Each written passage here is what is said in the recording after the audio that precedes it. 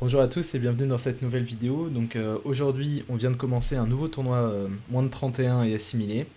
Et, euh, et on va faire un débrief journalier des duns qui ont été joués. Il y a beaucoup de duplicates qui jouent en même temps puisqu'il y a 19 équipes d'inscrites et on joue tous les mêmes duns. L'objectif à la fin, ça va être de faire un petit débrief. Aujourd'hui, je suis avec Raphaël Bonjour à tous. et donc on va débriefer les duns les plus intéressantes de ces deux matchs de 8 duns. Dans ce premier match, on va suivre notre équipe qui joue contre les Kids. Alors c'est pas pour regarder ce qu'on a fait en particulier, mais voilà, c'est notre point d'accroche. Alors sur cette première dun, ouverture d'un carreau contre en est et en ouest. Déjà on a un petit problème, est-ce qu'on répond un pic ou deux pics? Normalement l'enchère de deux pics c'est 8-10 points avec 4 cartes ou 7 points, 6-7 points avec 5 cartes. On est un peu entre les deux, mais on a une dame seconde qui est pas terrible. L'enchère d'un pic, je suis assez d'accord. Par contre, sur l'enchère de deux cœurs naturels avec 18 points et plus, je pense que la bonne enchère, c'est plutôt 3 pics qui montreraient 5 cartes et cette zone de points. L'enchère de 3 carreaux, je verrais plus une main de 6-7 points sans l'arrêt carreau et avec 4 cartes à pic. Le problème était plutôt en flanc parce que le contrat normal c'est 300 atouts ici. Je te laisse présenter ton raisonnement à l'entame, Raphaël. Donc, la première information que j'ai, qui est dès la séquence d'enchères, c'est que mon partenaire a choisi de ne pas contrer le qubit des adversaires, qui sont donc à la recherche d'un arrêt. Et on joue comme convention que quand c'est l'ouvreur d'un carreau qui a la possibilité de faire un contre sur un qubit qui demande un arrêt, ça veut dire au partenaire qu'il doit trouver une autre entame.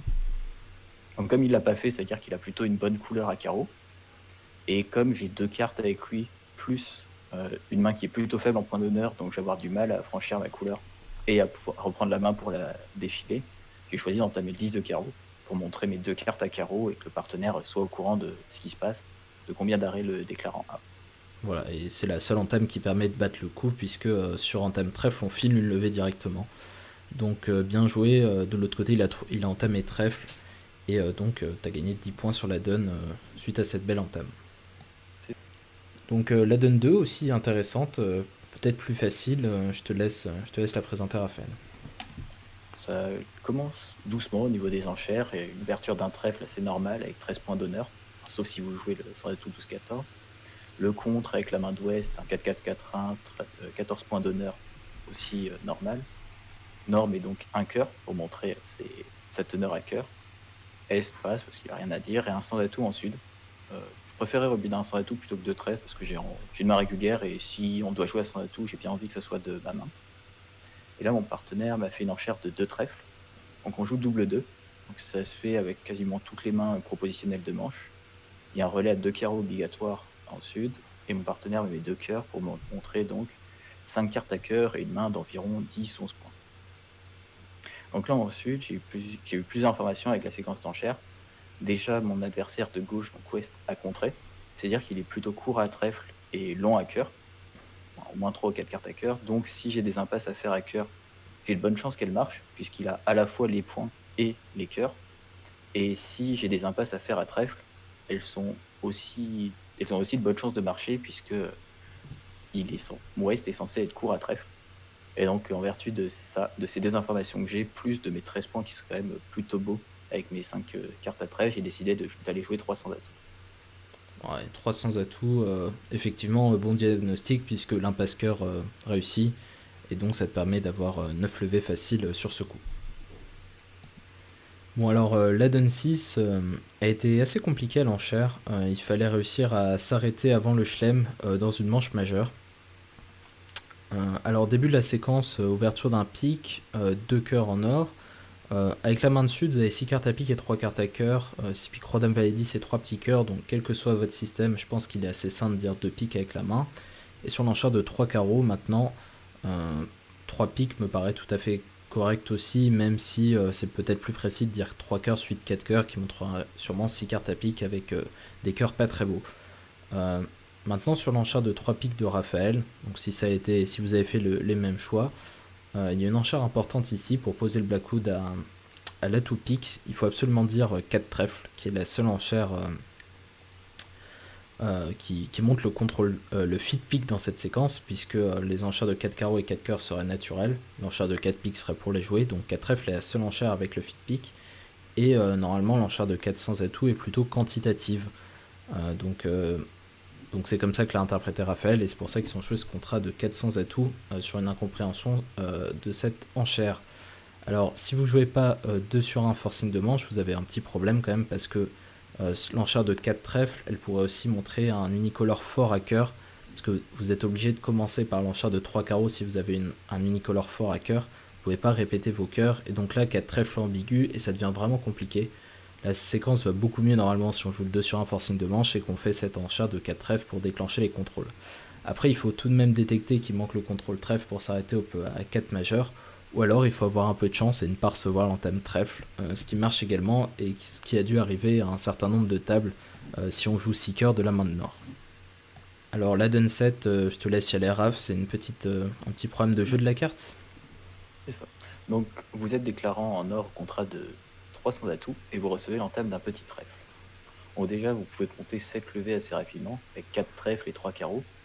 Et il vous faut donc trouver encore 2 levées. Il y en a une qui peut venir des carreaux, s'ils sont répartis 3-3. Mais la 9e devra provenir probablement du roi de pique, si là c'est placé, parce que jouer cœur vers la dame, ça offre assez peu d'espoir. Et donc dans cette situation, il faut essayer de faire l'impasse à pique le plus rapidement possible pour que les adversaires ne soient pas au courant de ce qui se passe, de où sont vos points et de s'ils ont déjà 5 levées à encaisser en flanc. Et donc c'est pour ça que mon partenaire a pris l'entame du mort et a joué directement à la 2e levée pique pour le roi, qui malheureusement n'a pas fait la levée puisque là c'était derrière. Voilà, mais alors la différence avec ce qui s'est passé à l'autre table, c'est que le déclarant a joué pique après avoir tiré plusieurs levées mineures, et en Est il a compris ce qui se passait, et ils ont encaissé tout leur pique, tout leur cœur et toute la bonne compagnie. Et donc c'était beaucoup plus lourd la chute. Bon, alors il s'avère qu'à cette table on a filé 300 atouts pour des raisons un peu obscures, mais c'est pas le point essentiel de la donne. Le point essentiel c'est qu'il faut jouer pique tout de suite pour pas donner trop d'informations si l'as de pique est derrière, et pour pas qu'ils encaissent toutes les levées dans toutes les couleurs. Voilà tout. On passe au match d'après, donc là c'est la 4ème donne du deuxième match. Donc vas-y Raphaël, je te laisse présenter la manière dont il faut atteindre ce bon chelem. Donc il y a une ouverture déjà à un trèfle en ouest. Il n'y a que 11 points, mais ça semble assez logique avec les 2 majeurs 4e et on a des honneurs concentrés. Une réponse de 1 cœur et un fit à 2 cœurs assez classique, assez normal. Et là, on se retrouve avec la main d'Est à avoir un petit problème parce qu'on a envie de proposer aux partenaires de jouer un chelem. On a quand même un fit qui est connu 10e et 15 points d'honneur. Il a choisi l'enchère de 3 carreaux. Donc Romaric a choisi l'enchère de 3 carreaux pour montrer une concentration d'honneur à carreaux. Mais c'est pas forcément la meilleure idée parce qu'il n'aura aucune idée de si son partenaire a des points à trèfle ou à pique. Et du coup, c'est peut-être pour ça qu'il faut préférer l'enchère de 4 trèfles, qui serait dans cette séquence un splinter, comme enchère d'essai de Chelem. Et s'il effectue cette enchère de 4 trèfles, le partenaire en face va être très content puisqu'il se retrouve avec 0 points à trèfle. Et donc ça veut dire que tous ces points vont être utiles dans l'idée de jouer un Chelem. Même si sa main est minimum, et donc c'est une des manières d'atteindre 6 cœurs, même si cette séquence va aussi. Alors maintenant la question c'est comment jouer ce contrat après l'entame As-Roi de trèfle et la coupe du déclarant. Il faut trouver la dame de cœur d'un côté ou de l'autre. Romaric a pas trouvé, il a joué cœur vers le roi, et ça me paraît plutôt légitime. On n'a pas vraiment de raison de savoir, et un argument pourrait être qu'avec As-Roi de trèfle et la dame de cœur, Sud aurait eu envie de contrer. Alors c'est pas grand chose, mais c'est quelque chose à quoi on peut se raccrocher éventuellement. Voilà, un petit argument qui pourrait faire pencher la balance du côté de 3 cartes à cœur en or. Et Est a pas trouvé la dame de cœur, donc bon là nous en l'occurrence on a perdu 13 points sur la donne.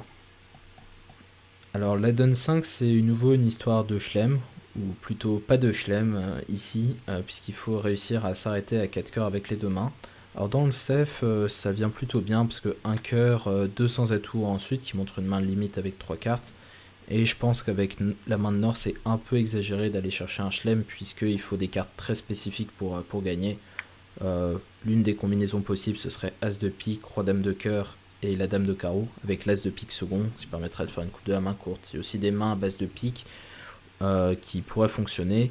Là, le partenaire a une main plutôt correcte. Il a As-Valet 19 de pique en face. Et le chelem est pas terrible. Il est un peu en dessous de 50%, environ 40. Donc c'était plutôt un chelem à éviter. Là, Raphaël et Milik ont un petit souci parce que un cœur 3 carreaux, ça montrait entre 11 et 15 points d'honneur. Et Melik était assez déchaîné. Il a dit 3 piques, demande de contrôle, 3 sans atout. Et il a posé le black-out directement, ce qui est un peu abusif à mon avis. Parce que là, la main du partenaire est pas si mal. Même s'il est minimum, il a quand même pas trop de points perdus à trèfle. Donc c'était un peu abusif. Il s'avère qu'il y a un moyen de gagner 6 à jeu ouvert en faisant la passe à la dame de cœur sur Est pour avoir des communications et finir par une remise en main sur Ouest. Bon, c'est évidemment impossible à 4 jeux. Mais c'est pour votre information, vous pouvez faire une impasse d'Oslo. Donc voilà pour cette Dun 5 où on était puni si on jouait ce mauvais chelem. Alors dernière main qu'on va présenter, petit problème d'enchère chez Raphaël. Donc je te laisse décrire la séquence. Donc, mon partenaire ou en deuxième position d'un pic, et l'adversaire à ma droite intervient à 3 cœurs. Avec ma main, je sais que je suis fit et pique, mais j'ai également un bon arrêt à cœur, puisque j'ai un double arrêt, et que j'ai la possibilité de duquer pour potentiellement couper des communications chez les adversaires. Et donc, du coup, j'envisage 2 contrats, soit 4 piques, soit 300 d'atouts. Je pense être un peu lointain d'un chelem, donc on va pas trop en parler ici. Mon idée ici, ça a été que, à cause de l'intervention à 3 cœurs, les piques risquaient d'être mal partagés. Et comme je ne suis pas sûr de la teneur à pique de mon partenaire, je ne sais pas si 4 piques va être un bon contrat, parce qu'on peut vite se retrouver avec 2 voire 3 perdantes à pique, plus une mauvaise répartition, ce qui risque de nous poser quelques problèmes. Et du coup, j'ai préféré aller à 300 atouts, puisque j'ai 2 couleurs sur lesquelles jouer.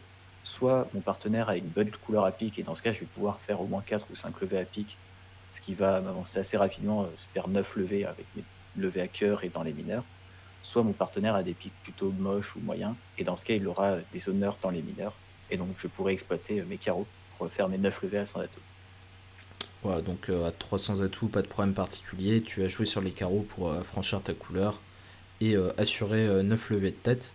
Donc tu as gagné ce contrat, mais de l'autre côté, ils ont gagné 4 piques après un barrage à 4 cœurs. Bon, là qui pour le coup force l'enchère de 4 piques en sud. Donc voilà, c'est la fin de ce petit débrief. Donc merci d'avoir suivi. N'hésitez pas à liker si vous avez apprécié. Et puis on se retrouve demain pour un prochain débrief. Salut! Salut!